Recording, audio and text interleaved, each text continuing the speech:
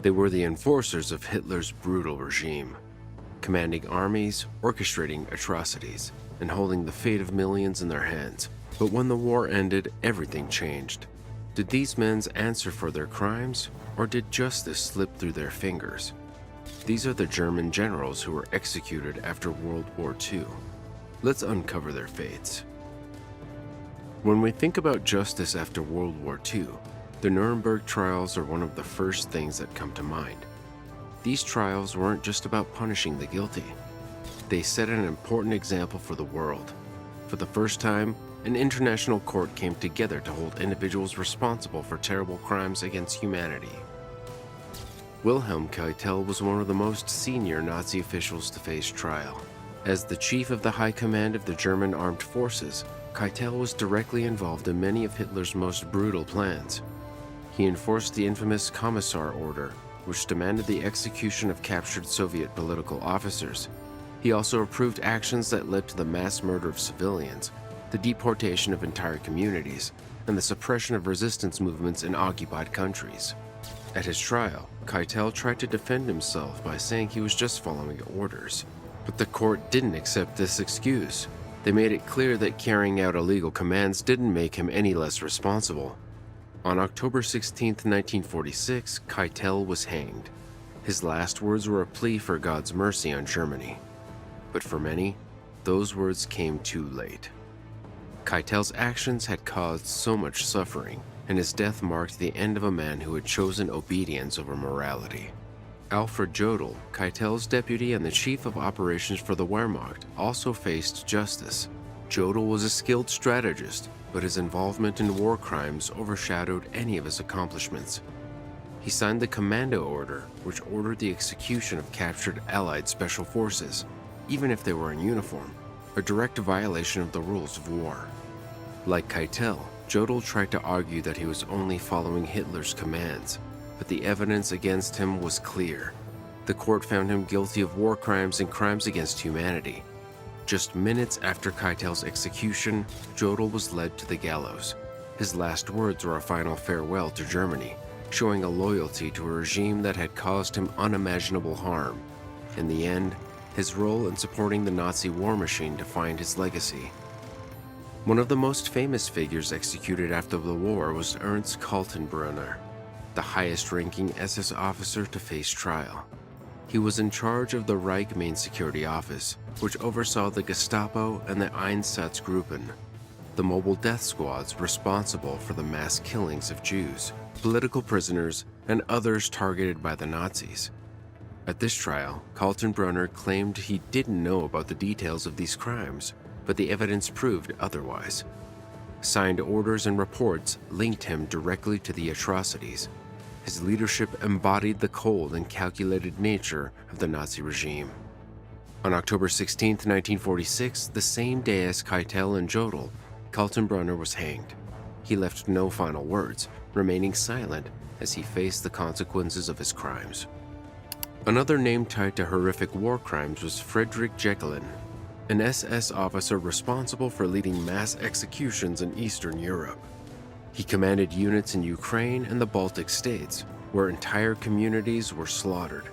Jeckeln even invented the sardine packing method, where victims were forced to lie in mass graves in layers before being executed. It was a chilling example of the Nazis' brutal efficiency. After his capture by Soviet forces, Jeckeln was tried in Riga in 1946. Witnesses and Nazi records revealed his role in atrocities like the massacres at Baby Yar and Rumbala. Found guilty, Jeckeln was publicly hanged in Riga, a moment of justice for the countless lives destroyed under his command. Hans Frank, known as the Butcher of Poland, was one of the most famous Nazis to face justice. As the Governor-General of occupied Poland, he oversaw the exploitation and brutal treatment of the Polish people. Frank helped create ghettos in cities like Warsaw and Krakow, forcing millions of Jews into horrible conditions before they were sent to death camps. His rule was marked by violence, and he played a key role in carrying out the Holocaust. At the Nuremberg trials, Frank tried to show remorse, claiming he had rediscovered his faith, but the evidence showed he was deeply involved in the crimes. He was found guilty of war crimes and crimes against humanity. On October 16, 1946, he was hanged alongside other top Nazis. His execution marked the end of his role in one of history's darkest chapters. Arthur Seyss-Inquart, the Nazi leader in the Netherlands, also faced execution for his actions. During his rule, over 100,000 Dutch Jews were deported to concentration camps. He also forced thousands into labor and ordered harsh punishments for those who resisted. His leadership brought immense suffering to the Dutch people. At his trial, Seyss-Inquart claimed he wasn't as extreme as other Nazi leaders, but the evidence showed otherwise. He was heavily involved in the Nazi regime and its genocidal policies. He was found guilty of war crimes and crimes against humanity. Before his execution, Seyss-Inquart made a final statement calling for peace, but it couldn't erase the suffering he had caused. On the same day as Hans Frank, he was hanged, bringing his dark legacy to an end. Justice after World War II wasn't limited to the Nuremberg trials. Courts across Europe worked to hold Nazi generals accountable for their crimes. Johann Georg Reichert was one such general. He led the 286th Security Division on the Eastern Front, which committed terrible acts in Belarus. His unit burned villages, killed civilians, and deported thousands. These actions were part of the Nazis' efforts to control the region and crush resistance. After the war, Reichert was captured by the Soviets and put on trial in Minsk in 1946. The evidence against him was overwhelming, with survivors and records proving his role.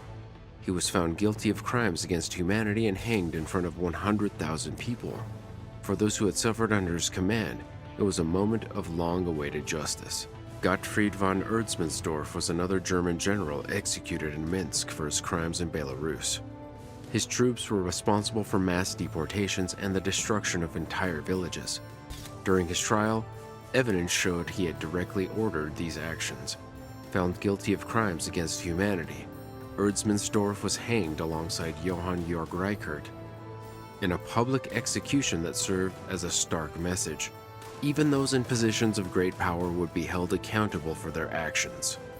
In Italy, Anton Dossler was one of the first German generals to face trial for violating the Geneva Conventions. He had ordered the execution of 15 captured American soldiers who were on a sabotage mission. These men, despite being in uniform and entitled to prisoner of war protections, were killed under Hitler's commando order. At his trial, Dossler claimed he was only following orders, but the court rejected this defense. He was found guilty of war crimes and executed by firing squad in December 1945. His case set an important precedent, showing that following orders was not an excuse for committing war crimes. Ludwig Kubler, a veteran of both world wars, faced justice for his role in atrocities.